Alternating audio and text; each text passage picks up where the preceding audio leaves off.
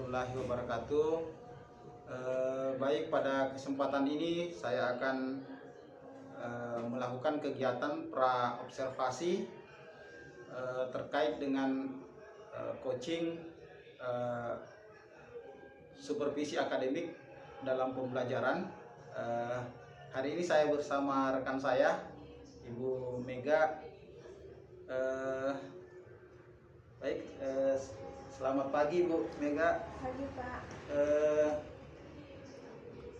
Hari ini kita akan seperti janji kita kemarin, hari ini kita akan bertemu untuk melakukan kegiatan supervisi akademik terkait dengan coaching. Kira-kira apa ini yang hari ini yang bisa kita diskusikan? Terkait materi pembelajaran mungkin ya. Terkait materi pembelajaran yang akan Ibu saya lakukan nanti. ya. Kira-kira apa yang Ibu harapkan setelah proses ini kita lakukan? Yang saya harapkan dari proses ini yaitu adanya sharing dari rekan sejawat atau dari Bapak sendiri. Kita bisa sharing ilmu tentang materi pembelajaran yang akan saya lakukan besok. Oke, baik. Materi apa yang kira-kira yang Ibu rencananya akan lakukan? Materi yang akan saya lakukan besok yaitu tentang NetAdmin, di mana materi itu peserta didik bisa menerapkan bagaimana cara membuat proyek dan melakukan konfigurasi dari hasil proyek rancangan mereka. Jadi pembelajaran berbasis project based learning ya. Based learning. Oke, dalam materi tersebut kan tentu ada tujuan pembelajaran yang telah Ibu persiapkan.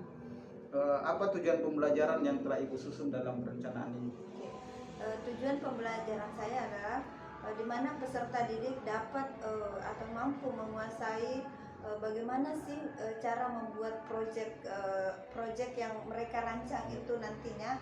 Setelah itu mereka dapat melakukan konfigurasi dan memberikan hasil yang betul-betul dari rancangannya mereka, peserta didik itu. Jadi peserta didik dapat melakukan konfigurasi. Luar biasa, jadi Ibu sudah sangat mempersiapkannya dengan baik. Bisa ditambahkan lagi kira-kira persiapan khusus yang telah Ibu lakukan untuk pembelajaran praktik besok seperti apa? Jadi persiapan khusus saya itu seperti biasa, tentu kita menyiapkan materi-materi atau modul ajar atau RPP yang akan kita bawakan besok ya.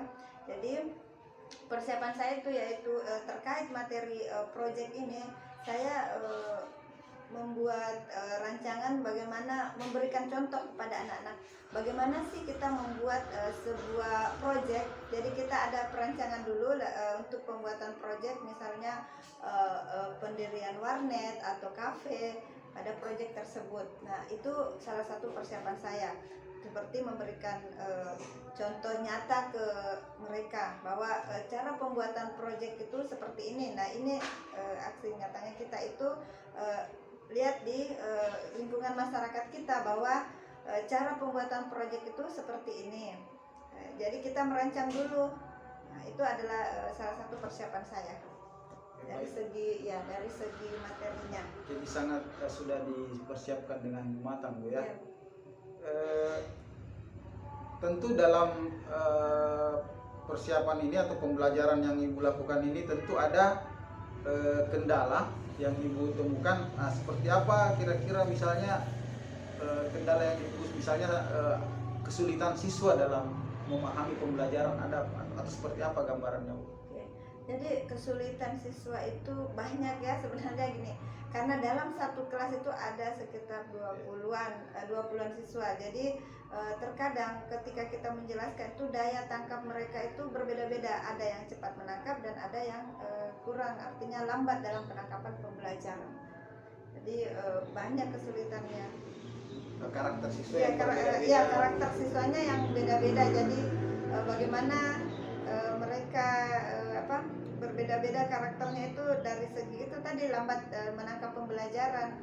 motivasi belajarnya motivasi juga ya, kurang artinya kali. ya motivasi belajar di situ ya kurang ya, karena mungkin mereka banyak main game di rumah ya, jadi motivasinya kurang. Strategi ibu dalam terkait pembelajaran yang akan ibu lakukan besok itu kira-kira seperti apa skenario nya? Oke. Jadi strategi ya, skenario, karena ada berdasarkan dari karakteristik tadi ya, saya melihat bahwa berbeda-beda karakteristiknya. Jadi saya mereka melakukan ini tutor sebaya antar temannya. Jadi yang pandai, artinya yang cepat menangkap pembelajaran, saya dampingkan dengan yang kurang dalam penangkapan pembelajaran. Jadi ada namanya tutor sebaya. Kami ya seperti biasa kan, tutor sebaya seperti itu yang kita laksanakan. Semua guru memberikan pendampingan kepada teman-temannya yang bisa dan yang kurang bisa. Tutor sebaya berarti ibu nanti akan membentuk kelompok ya, dalam kelompok. Iya, benar. Jadi dalam kelompok itu nanti saya ini ada, misalnya dalam satu kelompok ada 3 orang atau 4 orang, jadi ada satu yang betul-betul mampu membimbing temannya yang kurang mampu. Oke, sangat bagus sekali Bu. Kemudian langkah yang ibu bisa lakukan terkait siswa yang ada tadi, saya tangkap bahwa ada siswa yang daya tangkapnya lambat begitu. Kira-kira dalam menangani masalah itu apa biasanya yang ibu lakukan dalam menangani siswa yang bermasalah ini? Dalam menangani siswa yang bermasalah, lambat daya tangkapnya. Yang lambat daya tangkapnya ya seperti yang tadi ya, bahwa saya mendampingkan temannya yang bisa. Oh, iya. Jadi ada, memang saya berdasarkan karakter. Jadi setiap pembelajaran itu tentu kita dapat menilai peserta didik kita mana yang mampu dan tidak mampu. Jadi saya mendampingkan yang saya sudah melihat memang karakteristiknya, oh ini mampu mendampingi temannya yang kurang mampu. Jadi saya dampingkan dalam segi itu, dalam perkelompokannya nanti. Jadi persiapannya sudah sangat luar biasa Bu. Apakah masih ada beberapa kendala atau kekurangan dalam persiapan untuk besok ini yang dilakukan? Kendalanya ya memang masih ada yang kurang ya. Saya belum melakukan ini print out tentang RPP saya, modul ajar saya itu belum semuanya saya print out ya. Jadi itu saja kendalanya saya kira, dan materi-materinya mungkin saya lihat dulu, mungkin ada yang lupa saya print out. Berarti tinggal ini saja Bu ya, tinggal dicetak saja. Iya. Kapan kira-kira, apakah bisa dilengkapi sebelum kita observasi besok? Iya, tentunya saya akan melengkapinya ya. Jadi sebelum masuk pembelajaran saya print out dulu untuk RPP dan modul ajarnya itu. Oke, baik. Apa ada yang bisa membantu ibu dalam mempersiapkan itu? Siapa saja kira-kira yang bisa membantu ibu dalam proses persiapan ini? Jadi yang bisa membantu saya ya rekan sejawat, atau mungkin Pak Bahar sendiri mungkin bisa membantu saya besok sebelum melakukan ya pembelajaran. Ya. Oke, salat saya akan membantu ibu.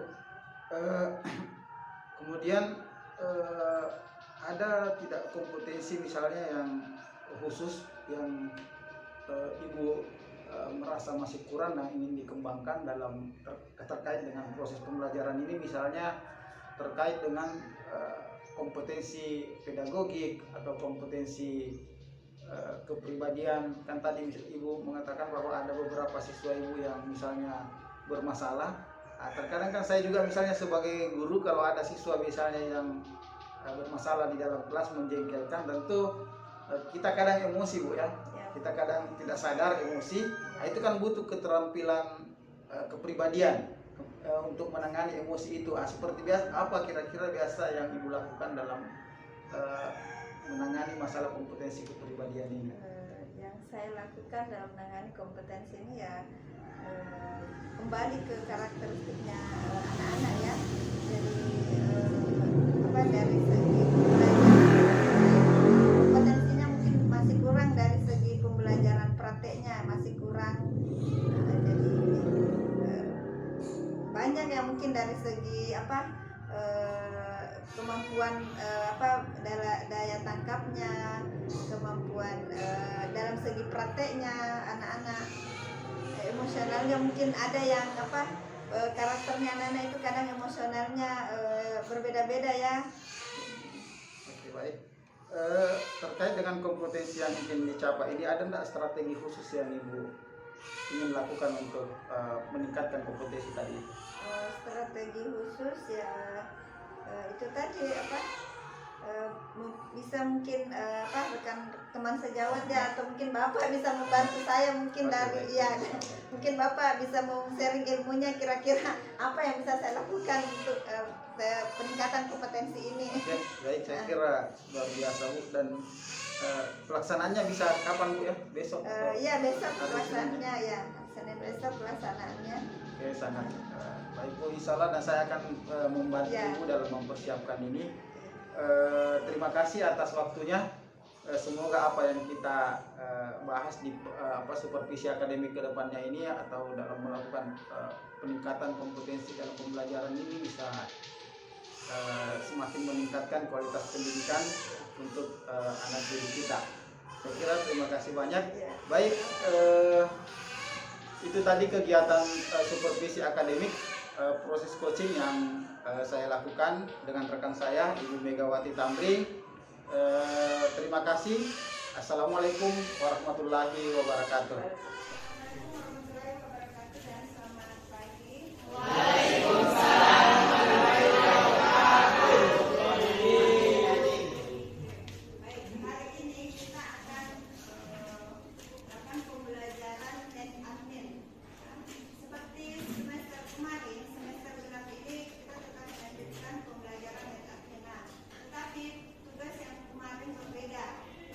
Ini adalah bagaimana kita membuat sebuah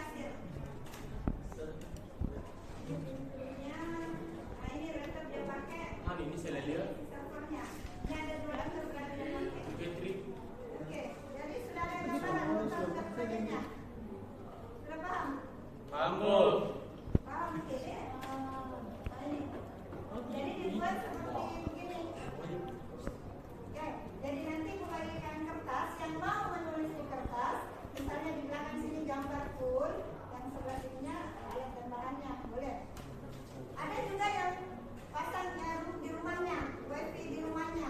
Dia tulis, jadi ada dapur, ruang kerja, ruang makan, pintu utamanya. Jadi dia menggambar kayak anak bangunan.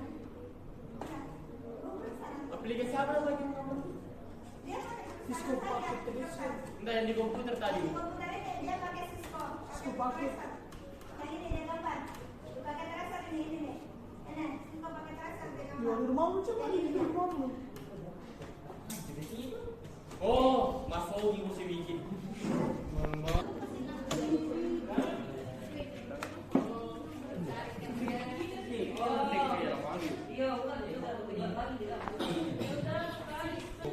Anlet, siapa anlet? Saya kayak gitu lah, kesenggol kursi. Aku ingin menjadi.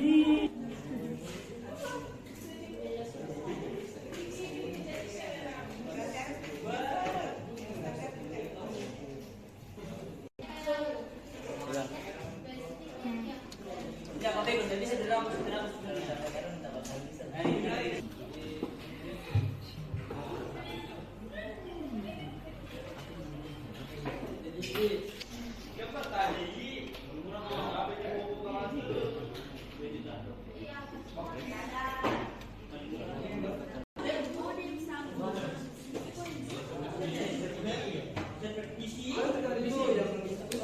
Bilangin. Aku ingin menjadi. Oh, tentu dapat video. Sudah setengah 12 sih Pak. Ibu mau pulang kuliah anak ibu. Ibu, dari ibu. Sudah.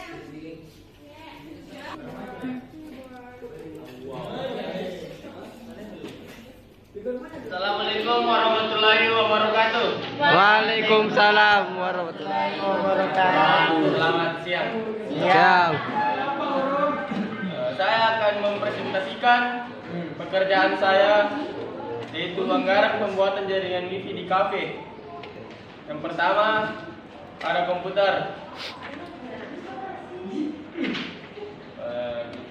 Komputer saya pakai merek Dell ON 2330 yang berharga harganya 13.968.000. Ukuran 23 inci, RAM 4 GB, kapasitas memori 1 TB, grafis AMD untuk kasir.